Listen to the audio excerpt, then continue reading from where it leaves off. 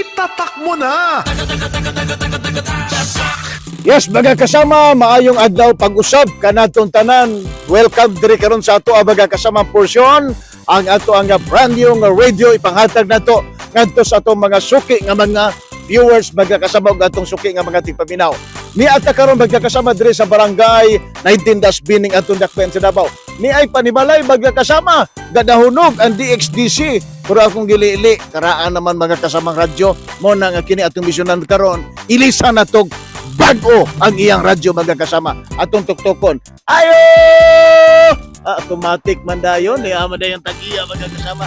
Maayong buntag. Oh, ito sir. Ay buntag. Kisay pangan? Si John Gambarian sir. John Cambarihan na. John, pila edad na to John?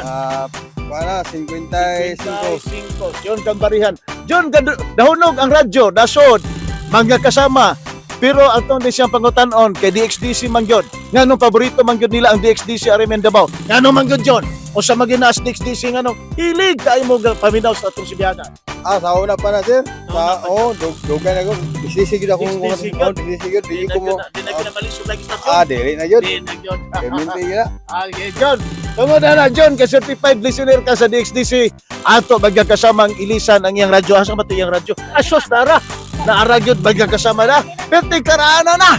Pwede na yun karana. Barang bawi na yun kayo ni magkakasama. Sobra na kayong servisyo. Ato ibutan ni Dres Daplin. Kay ilisan na to magkakasama. Og bag-o nga radyo. Ang radyong karaan ni John. John! Dawata na John! Nanagyon.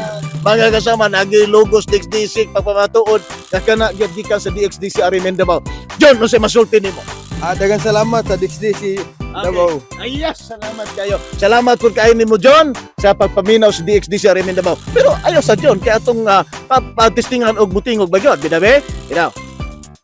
Ako nataptan, di ba sa mo? Si Goliath! Si Goliath. Tingog yun. Magkakasama. Okay, sige, salamat kayo. Kini si John Cambarial, magkakasama. Nakadawat karon og brand new radio sa iyang pagpaminaw sa DXDC Arimen Davao. Iyang karang radyo, ilisa na tog brand new magkakasama. Ako ni, Radyo Man Dudong Rin Lubasbog, Tatang Arimen.